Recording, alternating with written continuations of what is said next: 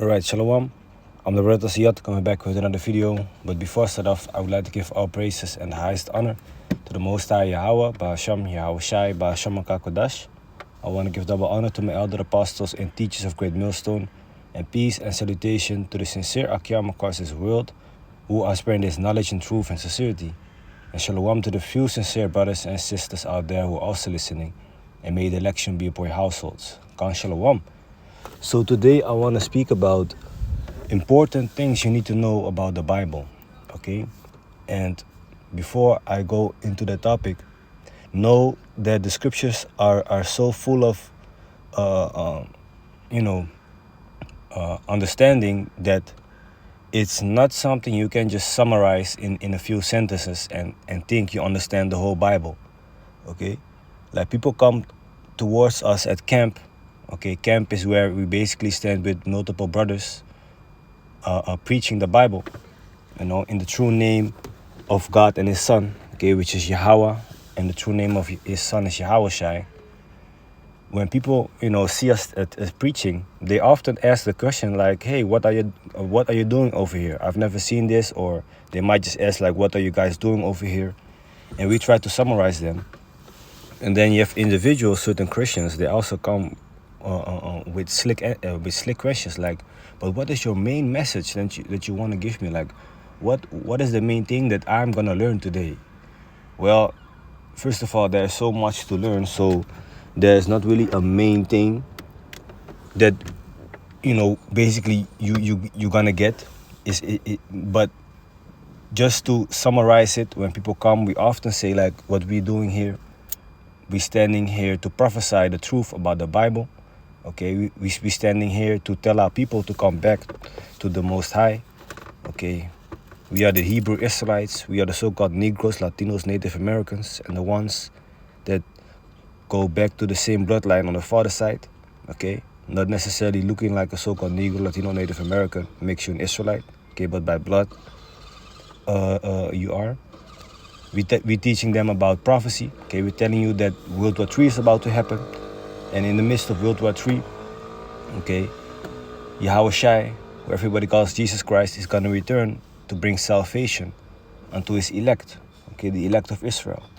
Now, before we head into the time, there are going to come a lot of troubles, okay, a lot of trials, tests. The chip, which is the mark of the beast, is going to be made mandatory. Everybody got to have a chip. Don't take this chip. And, that's how we may introduce the truth of what we're doing in like a minute, okay, of explanation. And from there we can, dissect and go into other questions. Like people often come with a topic like Trinity, God the Son and the Holy Spirit are one. And then we battle them with the scriptures and show them like that is not the case. Okay, like for example, what I like to pull is John chapter 5 verse 26. It shows, for as the Father had life in Himself, so had He given to the Son to have life in Himself.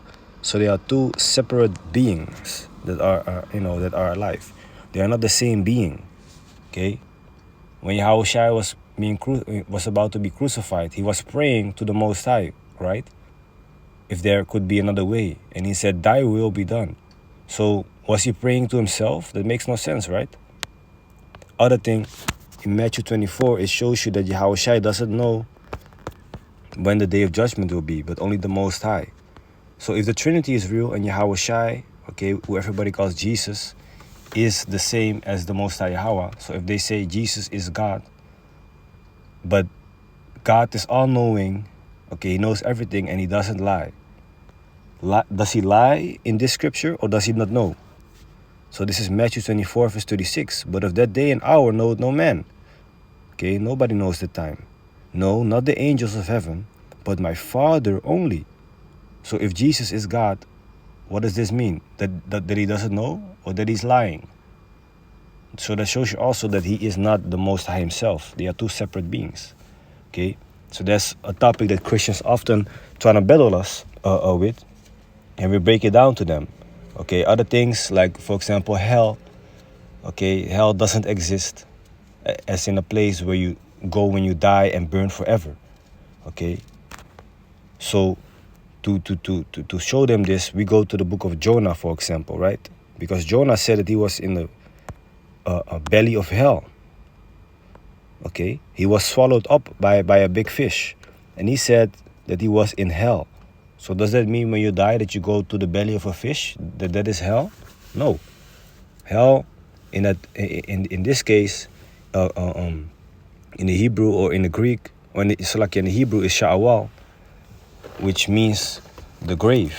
Okay, so when you die, your body, of course, goes back into the ground. Okay, if you are buried, of course, but your spirit goes back unto Yahweh Ba'ashem Yashai, back unto the Most High who gave it. Okay, so I'm gonna read 2 scriptures concerning this topic, and then I'm gonna go, Lord willing, to the next one. So let me go here, Ecclesiastes 12:7. Then shall the dust return to the earth as it was.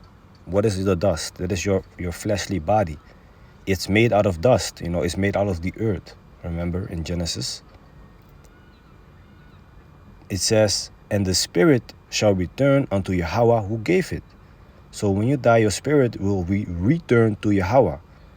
Is the Most High in hell? Nah, he's in heaven. So where does your spirit go when you die? It goes back to the Most High Yahweh Ba'ashem Yashai. Okay?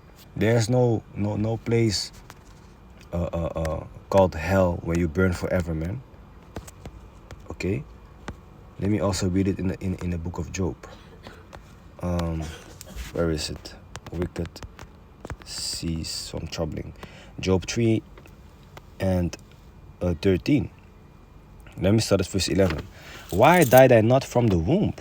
Why did I not give up the ghost when I came out of the belly? So he was like, why didn't I die? While I was basically just a baby.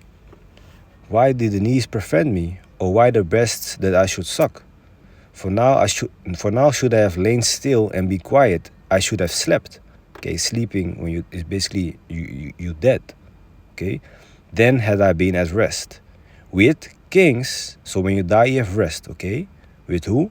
With kings and counselors of the earth, which built desolate places for themselves, or with princes that had gold, who filled their houses with silver. Or as an hidden untimely bird I had not been, as infants which never saw light. There the wicked, here comes the point also, there the wicked cease from troubling. So the wicked are also there, okay, in heaven. That's why it's called rest in peace. And you might be like, so if we all go to heaven, why does it matter if I live a good life? Well, we're going to go into that. There's something called reincarnation. Once you come back upon this planet Earth, you will suffer the things that you thought you would get away with in your previous life. Okay, you're gonna get a judgment when you come back upon the planet Earth. But when you die, you have rest. It says, there the wicked cease from troubling, and there the weary be at rest. There the prisoners rest together. They hear not the voice of the oppressor. The small and great are there, and the servant is free from his master. Okay? So like I said, you go to you go back to the earth to suffer your basically your judgment. Okay? Ecclesiastes 3:16. And moreover, I saw under the sun the place of judgment. What place is under the sun? The earth.